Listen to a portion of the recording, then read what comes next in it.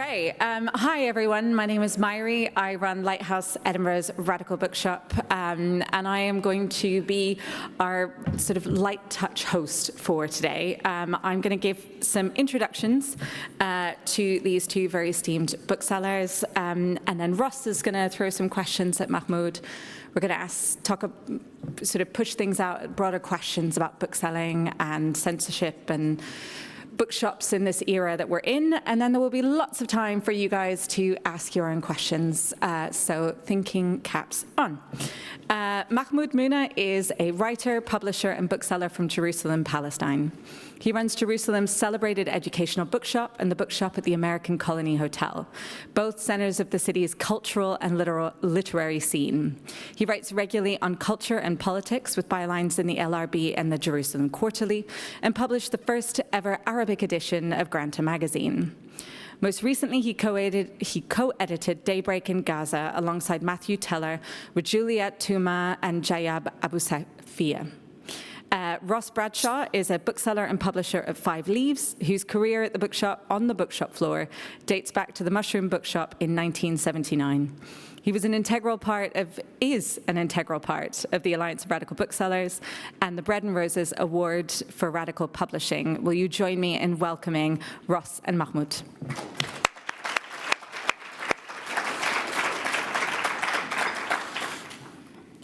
Mahmoud, at this Booksellers Association conference, the last session that was in this room was, it's called a fever pitch, where big publishers make presentations about their important books. So I'm going to do a short fever pitch about your book.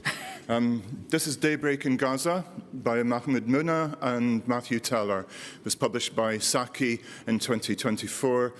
And it's got a wonderful picture on the front of Gaza City as it was. You can imagine what Gaza City looks like now, and Gaza City doesn't have the skyscrapers because 20 of them have just been blown up. It doesn't have the seafront because anybody who goes out to sea there risks their life.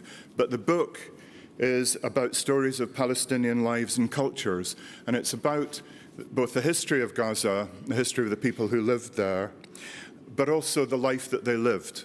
Both Muslims and Christians, both Arab people, Dom, the Romani equivalent there, African people who live there, the multicultural area that we know as Gaza, and its history because it goes back such a long time.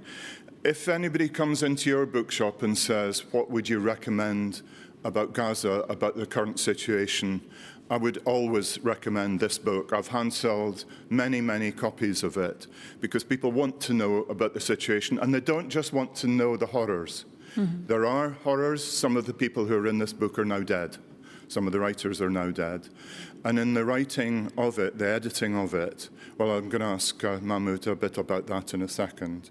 But I would certainly recommend this book to anybody, and it's there if anybody wants to have a look through it. But Mahmoud, what I want to ask you firstly is, tell us about your bookshops both before October the 7th, 2023 and after October the 7th, 2023, because we all know that the East Jerusalem and the West Bank was never at peace before October the 7th, 2023. There was a war going on, not the same sort of war as there is, but you were trading then in your three bookshops. Tell us about what you stock, who bought your books, what you did on a daily basis. Hello? Mahmoud, I think you're frozen. You look great, but you're not moving. Do we have you back? All right. I Yes. think, sorry, there was a 20 seconds standstill image. Thank you very much for this very generous and kind welcoming, and thank you for inviting me to take part. I wish I was there with you, but for several reasons I can't be with you, so thanks to technology, I guess. I'm with you through the screens. Well, the bookstore it started with my dad 42 years ago, actually 44 years ago, and it has always been a place for the community in Jerusalem, but also for the larger community of Jerusalem, everyone who comes to Jerusalem and make them their city. whether short or long periods. We are a place where there's a lot of course, humanitarian organizations, UN institutions, diplomats, journalists are constantly based in Jerusalem, but also religious institutions and educational global players, archaeology schools and so on and so forth. So the bookshop has always catered for these kind of two audiences, the local community as much as always the long-term visitors of the city. Unfortunately, since 7th of October, we're seeing a really radical change to our clientele. The local community are struggling financially, and unfortunately, books are dropping down the line, the order of priority list. Mm-hmm. And for the internationals are being challenged also to be in the country. We're seeing a lot of UN organizations being forced to close. Israelis are introducing new laws now to also limit the amount of NGOs, the amount of international workers in East Jerusalem, particularly those who are working on the issues of the Palestinians. And we're also seeing almost zero in terms of tourists and people who come to visit the city for a short period. So we're actually working around our 25 to 30% of our usual turnover. If this wasn't a family business, we would have by now probably have shut our doors. But our ability to survive really coming from two major things. One is that this is a family business and we are able to also stretch ourselves. Second is a really, I can't stress that enough, very strong relationship with our clientele. And this is something I want to emphasize for the conference as well. The closer your relationship with your clientele, the more they are able to or want to help you and want you to survive. And these are the two reasons why we are operating 2 years on. One of the things that people will find surprising is the range of books that you stock in the shops. There's 2 English language, there's 1 Arab language. And on the front page of your website is a book by Rachel Shabi called Off-White, which is about anti-Semitism. And you've always stocked books by Jewish writers, Israeli writers, Palestinian writers, and writers from the world writing on the Middle East. I think some people here might not, some people in Britain might have thought you'd be more narrow in focus. But when I've been to your bookshops, I thought, fantastic selection. Yeah, I mean, bookshops do 2 things really. They educate and they inform, but they also widen the prospect for people as well.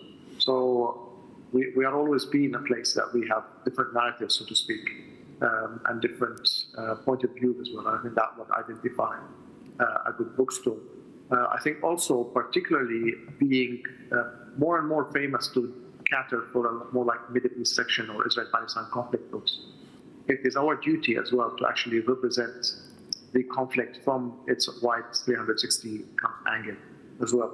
That doesn't mean that I can lose my identity and not remain a Palestinian bookshop run by Palestinians that has a duty to platform Palestinian writers, particularly because those writers do not have platforms and do not have the privilege of being presented in bookshops around the world. So that's where we have to kind of close the circle, if you like. In one way, really give a lot of priority and a lot of platform for Palestinian writers, for Palestinian literature, for Palestinian books, but also not be closed only in that circle as well and widen our selection to include other writers who could also can shed some light in a productive and inclusive way as well.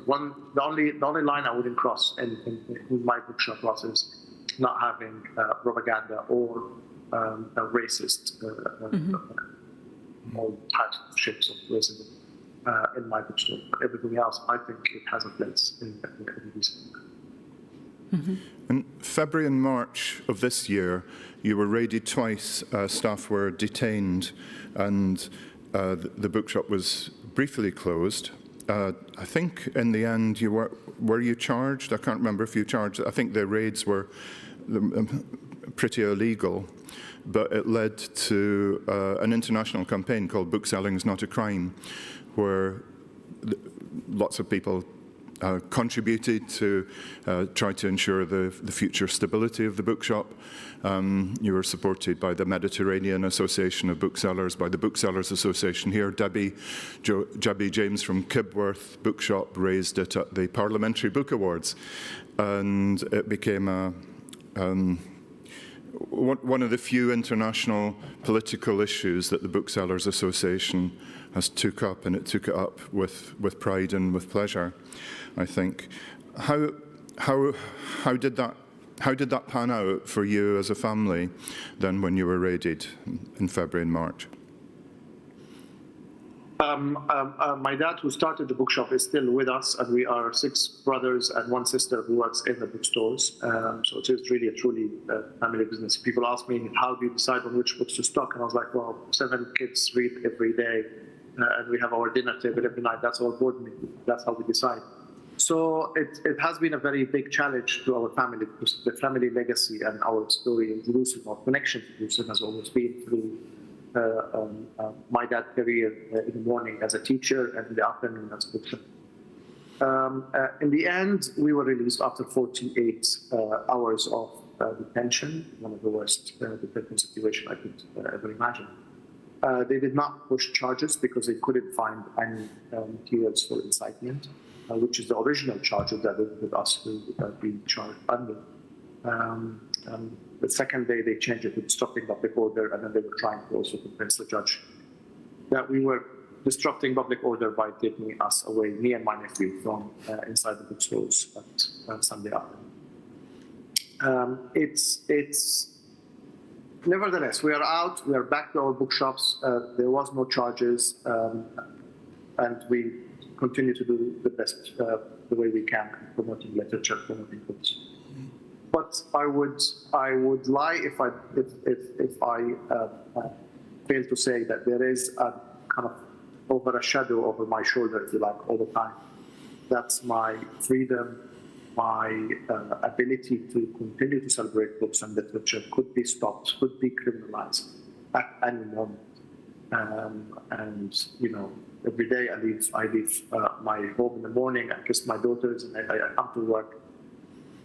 The experience have taught me that I might not come home at night, and I might be chained again, because that system that has criminalized bookselling, criminalized the act of distributing knowledge, of celebrating literature and knowledge, is still act with impunity, still act unleashed, and is able to at least detain me.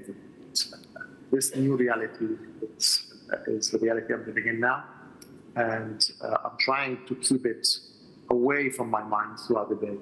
But I would lie to say that it doesn't come every now and then to my thinking.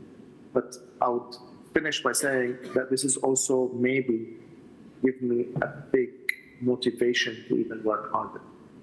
Because when a dictatorship and police state goes for the booksellers, that's mean the booksellers are doing something very important to their societies. Hopefully democratization, promoting ideas of progressiveness and liberal activism. Therefore, a bit motivation action. Can I carry on for a minute? Yeah, go for it. What I think some people might struggle with is that this isn't a natural disaster, this isn't an earthquake. This was a deliberate government policy attacking bookshops. And in Gaza, life has moved on, unfortunately, since daybreak in Gaza. There's been 13 libraries destroyed. The Samir Mansour bookshop, which was destroyed in May 21, was destroyed again in October 23, 3-story bookshop. All of the universities in Gaza have been destroyed. The National Library has been destroyed. The Gaza Municipal Library has been destroyed. This is an attack on people as readers. It's not their lives, their intellectual lives, their ability to be the fully educated group of people that Gazan people were. This is not a natural disaster, and I think that's one of the reasons it's so important that when we're able to help rebuild Gaza, we'll be able to, if we can, to help rebuild the libraries, and as we did after May the 2021, to help rebuild the Samir Mansour bookshop. And that's why it's been so important to hold on to the Muna family's ownership of the 3 bookshops in East Jerusalem. I hesitate to say to you, Mahmoud, can you talk to us about what you would have changed now if you were writing Daybreak in Gaza? I don't know. I mean, maybe I should say that I have always contained myself to be a good bookseller and just to stay behind my desk and speak about other people's writing and speak about other books. My experience in the last 2 years, my living experience has pushed me beyond my lines, if you like. I have never really thought of myself to write a book. I was always happy to write about books. But the scale of the destruction and the scale of that dehumanization that was happening to the people of Gaza have led me to push my line a little bit and to take on the role of the writers themselves. I wish other writers have done it and I didn't have to do it. I still wish that people in Gaza themselves, they will be writing their stories. And I have intervened, if you like, myself and my team have intervened at a certain moment to write Daybreak, but my hope that the war will end really at soon. And then the people in Gaza themselves, they will write their stories from their perspective, in their own words, in their own voice. And I think we will have to not just help the libraries and bookshops getting rebuilt, but we also need to help the writers to write the stories, which are going to be it's important to document this period. Thank you. My turn. I just want to pull on a couple of those threads and maybe bring it also into conversation with bookselling in the UK and with the Five Leaves Bookshop. The Bookselling is Not a Crime campaign, the immediate international outcry following your arrest and the raid on the bookshop was felt viscerally by booksellers and readers the world over. This sense of like something is very wrong at the point at which a state is interfering in the trade of a bookshop in this way and targeting booksellers. And in the UK, we haven't had state censorship or intervention, but in your case, Ross, Five Leaves has faced a threat from the far right, has faced, as many radical bookshops have, a degree of backlash for choosing to stock and promote literature that is, as you say, Mahmoud, about widening perspectives in the world. And I wonder if both of you could speak a little to what it is at the heart of bookselling and the kind of bookselling that you do and want to do that is such a threat. What is it that we have to protect and keep going, because that is the thing they will fight against? And I wonder if you want to go first, Mahmoud. Yeah, I think we really should, as booksellers, we are always humbled, but we should really start to see our role in the society, especially at this point now with totalitarianism and police states are spreading all the word from America to where I am. I think it's very important to understand that we became the second defense mechanism, if you like, for the society. Educational institutions, cultural institutions, and booksellers and bookshops are actually, in one way, the mechanism to protect our liberty and our freedoms, our dignity, our critical thinking, and our ability to access knowledge. And therefore, we actually have a lot of importance in our societies. We're not just there for kind of a bubble circles for some people who do it. So we need to start to regain our confidence in this importance.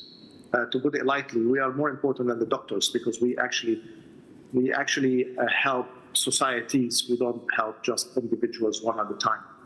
Our books and all the spaces we create does really tackle a much more wider circle. And therefore, it is important, it is understandable. It is in a way, for the lack of a better word, it is understandable why also totalitarian regimes and police states will come to the bookstores and will come to the booksellers. I mean, we have seen this in history anyway, although we don't we do the map, but this has been done before.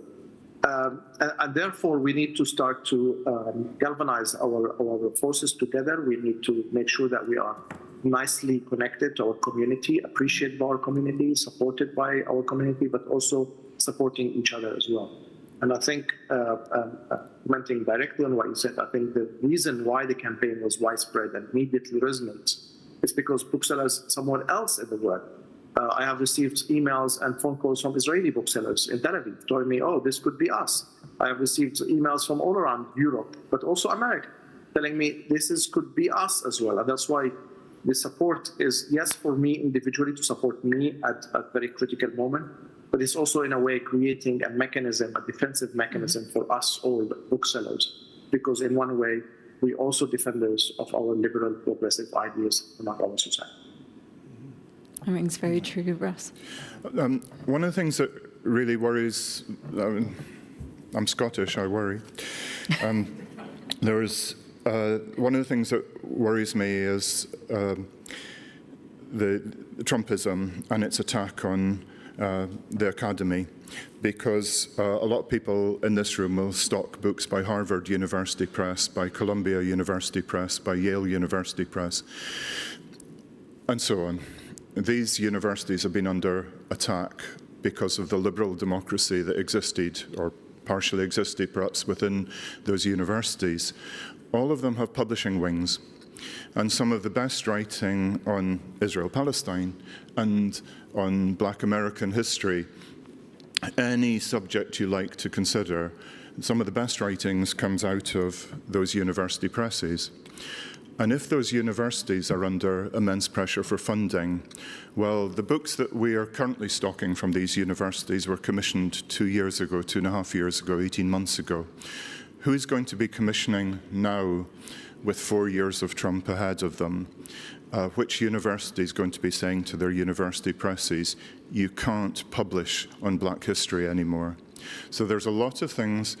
Mahmoud talked about having to say to his children, in his mind, he's kissing them goodbye, wondering whether he'll come back. When we're stocking these books, we're wondering if in 2 years' time these books will still exist. But in the meantime, one of the things that I find is very important is the small personal islands of safety that that Mahmoud's shop is, and a lot of your shops are, that LGBT people who are increasingly under threat will find it a place of safety to come. They may not have the conversations, they may just see the books on the shelves. Last week we had an event, earlier this week, what day is this? Earlier this week we launched a book called Queer Nottingham, looking at the 60s, 70s and 80s in Nottingham, and there were people there who were teenagers, there were people there who were in their 80s. Some of whom had lived through that period, some of whose grandparents had lived through that period. And that included the period of AIDS in the 1980s. We had the most celebratory event of 150 people, which was our capacity at that event. And at the same time, Damien Barr was on at a local library, so there was a whole bunch of people overseeing Damien Barr's, hearing him talk about two brothers at the same time. And what was common to both of them was that kind of sense of community that people felt. I mean, people were you turned a piece of paper and people were cheering, just at the thought that there were so many people together celebrating the difficult periods that we went through in the 60s, 70s, 80s. There were people there who were gay at a time of before the 1967 the 1967 Act that partially decriminalised homosexuality. It was later in Scotland. But those places of safety, I mean, we have a lot of young Muslim women coming into our shop, young women wearing hijabs, who are very visibly a minority in Britain. At a time of Farage, wearing a hijab is a brave thing to do. And coming into our shop and being accepted and seeing we have a section of books on Palestine, we have a section of books on Islam, right next to our section on Judaism, that we've become a place of safety for people who might be minoritized, who are minoritized because of their religion or their appearance. And it's somewhere to go where they know that they're going to be safe. And that's something that we have to hold on to. And they can be safe in our shop, and they can be safe in Mahmoud's shop, they can be safe in your shop as well. We have to reach out to groups like that who might be under pressure from the far right and support them in any way that we can. I want to talk in connection with that, with the courage, having the courage and the principles to do the kind of bookselling that meets a moment like that. To be that safe space is more than simply saying we are a safe space for you. And part of it, a big part of it, is in the curation. It's in the things that we choose to put on our shelves that are beyond a flag on a wall or a slogan on a wall, that people can see in the things we have selected to scaffold our space, that we are doing it carefully, that we are doing it deliberately, that our choices, whether it's on stocking Palestinian voices or trans voices or minoritized voices in this moment of the rise of the right in the UK. Can you talk a bit about what it is to exercise that courage of curation, and maybe some of the sticking points in choices that might have to be made, that sense that at the end of the day, we're retail spaces and you can't have an argument about every book, and you can't necessarily be like, do I have the energy to do this event knowing that so much oxygen is going to be put into defending my choice to platform it? What does it mean to exercise that courage, that principled stance in the curation, both on the shelves and with the events that you do? If I throw that at you first, Mahmoud.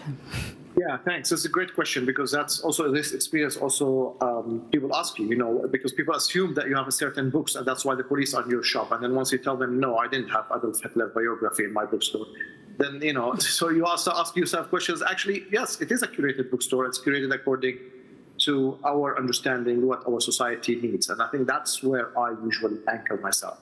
I am in a place where we suffer. Of course, we suffer from political unrest and with occupation and colonialism and the rest of it.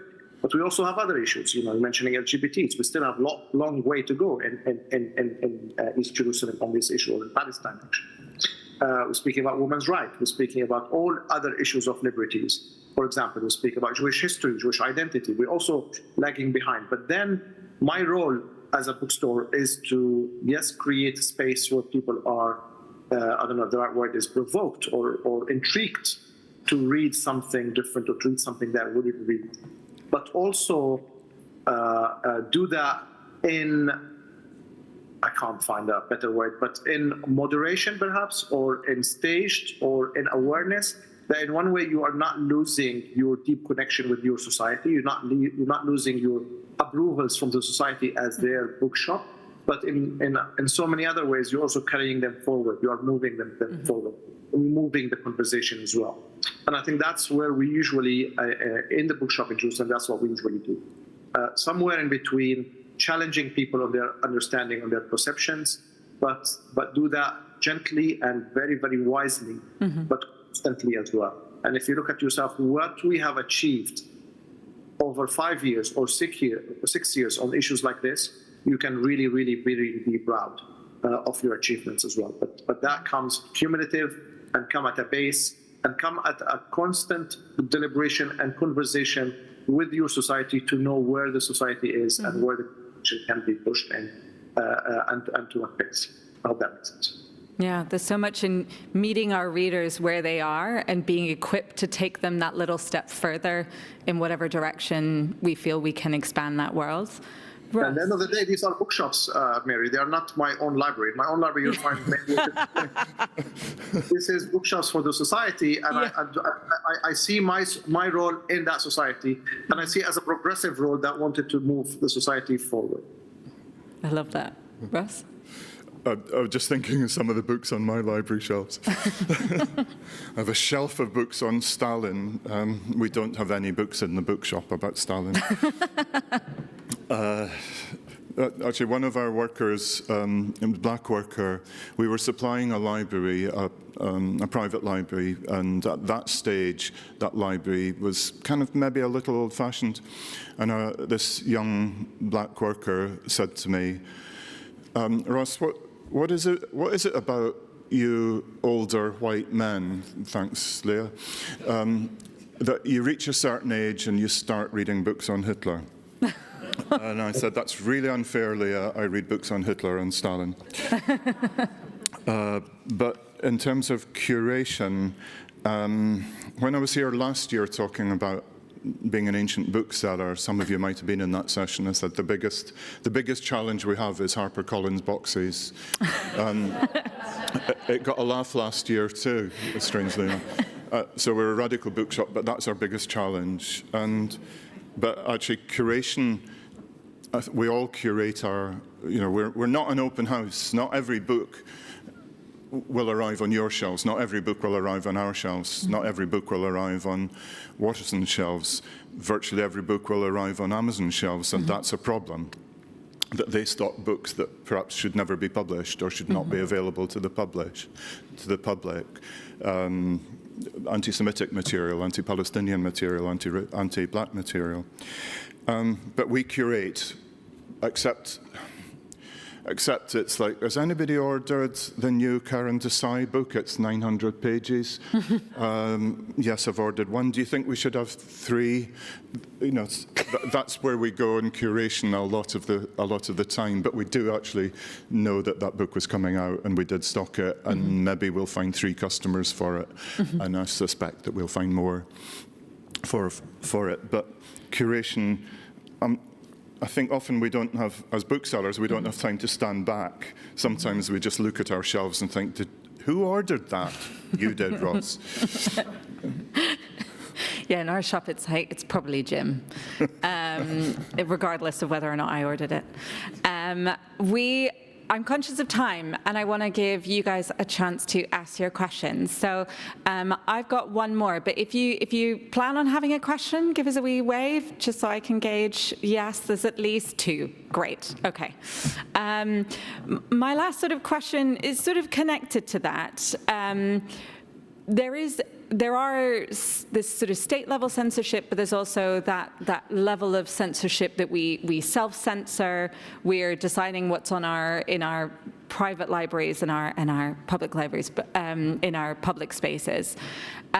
We rely on publishers at the end of the day to get us the books that we want and need, that our readers want us to have. And I wonder if you can talk a little bit about that relationship that you have with publishers, or the sort of flow of knowledge. You were mentioning that worry about academic publishers in the States no longer being able to publish progressively going forward, that we're seeing the lag. We're not seeing that gap in publishing.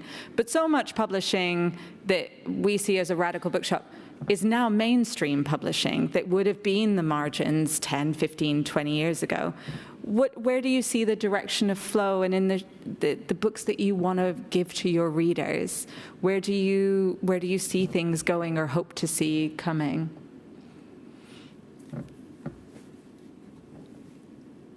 You want me to go first? Yeah, you go first. I was hoping to say second, because that's a difficult question. Yeah, I mean,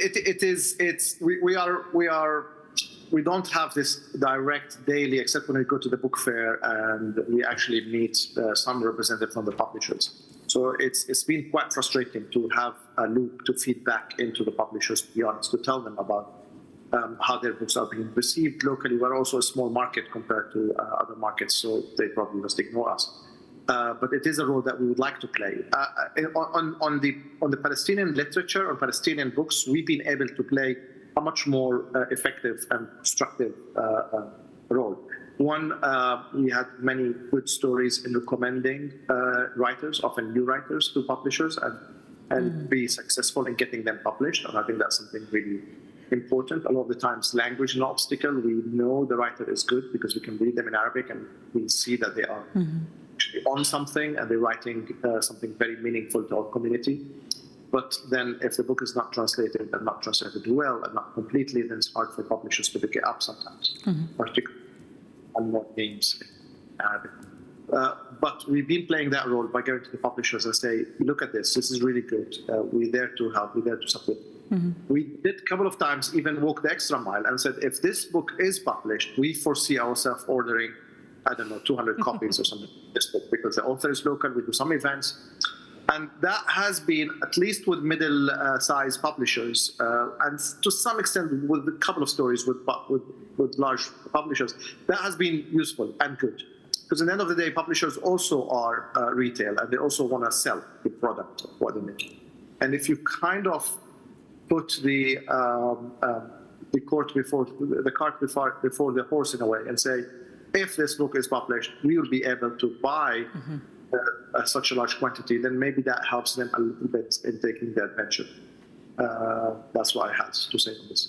I love that. It's such a good reminder that we have that influence sometimes, and that can be that channel as much between a publisher and a reader as between a writer and a publisher. What about you guys? Because publishers don't sell the books to readers; they sell it to us.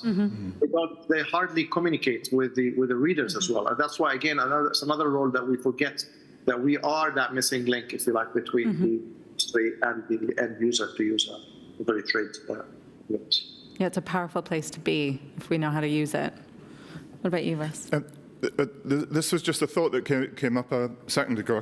I'm not even sure if it's relevant to the question, but it was to do with books in translation, where we had an event called Writing While Muslim, which was attended by women Muslims and 2 men, one of whom was me, and which we thought was interesting itself, that we threw this out and it was women who responded to it. It was a day conference which included Muslims, Muslim women who were either readers, writers, publishers, translators. And one of the most interesting comments was one of the translators who translates from French and Arabic, where she talked about what she gets commissioned to do and what she tries to get commissioned to do are very, very different, because publishers and what she sees herself as, roughly representing readers are very different things. And she has a very particular hard work to do, because she can't say to the publisher, I'm going to buy 200 copies, I'm going to help there. She's going to have to say, there's a market for this. And what publishers see as a market and what communities see as a market is very different. Do we have our questions in the room? There was one all the way at the front in the striped jumper, and then back 4 rows. Yes. Do I have to sing? I'm Ruth from Drop City Books. I last saw Mahmoud in our shop in Hanley, so it's exciting to see you on a really big screen, so big. Hi. I wanted to ask all of you, because I think you're all very wise, what you think. I've been thinking and reading a lot about it, about cultural boycotts at this moment in time. Do you want to go first, Mahmoud? I have to be careful what to say, because sometimes it's illegal to support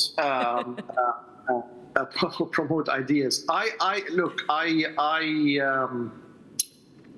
think we need to be able, whatever we do, we need to be able. We belong to the world of books and to the world of words. We own the nuances. We own the details.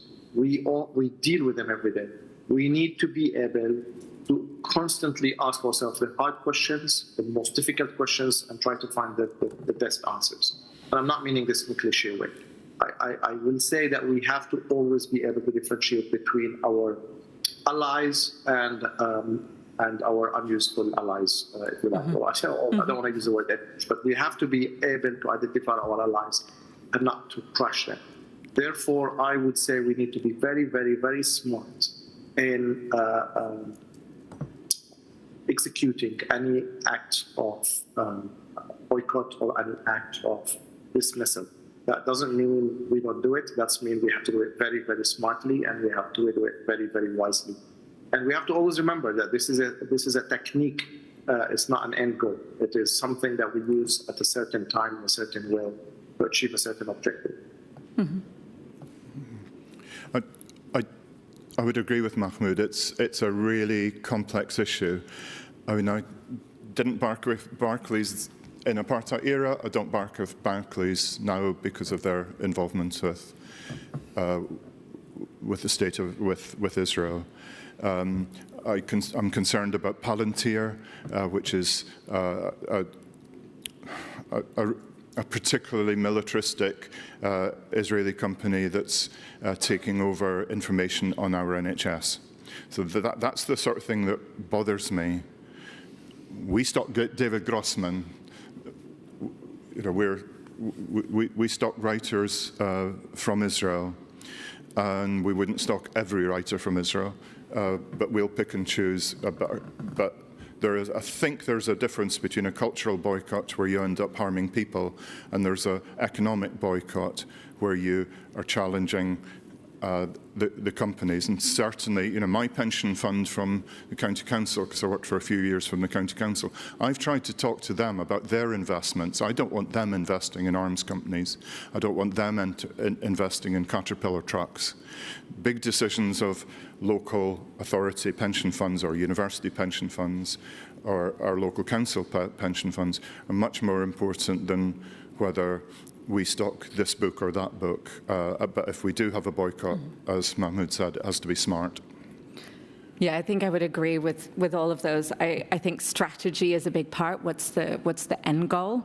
I think also remembering who our allies are, and I think sometimes that is being willing to call in rather than call out and go to the cultural organizations that we work with and being able to say, you know, I think you've got this wrong. And it would make it really hard to work with you if you continue down this route. And I'm open to a conversation, and I might have information that you don't have. Strategy and effectiveness is a big one. I also totally respect those who draw a really hard line in the sand. We had an event with Randa Jarrar in the summer who was boycotting the Edinburgh Book Festival, which Mahmoud did a beautiful event at. And Randa had taken that position because a Zionist writer was speaking at the Edinburgh Book Festival who had denied the genocide. And she was saying, as a Palestinian writer, I refuse to share this stage. And she was saying, you know, at a certain point, you have to draw a line. And for her, it was a hard line. It was, you know, and she was saying, you know, I think if it doesn't work, then what you have to do is use shame. And she was, you know, very, very hard line. And that has been effective in some spaces and less effective in others. And I think a big part of that is allowing ourselves and each other the grace to say, I'm not policing what you choose to boycott, and I'm not telling you that one of those boycotts is more morally valid than another. But if we do join collective efforts, we do have more power. And so I think building up those networks of solidarity to be able to say companies that we might want to target rather than authors, or that we have influence as an industry that has a lot of cultural impact.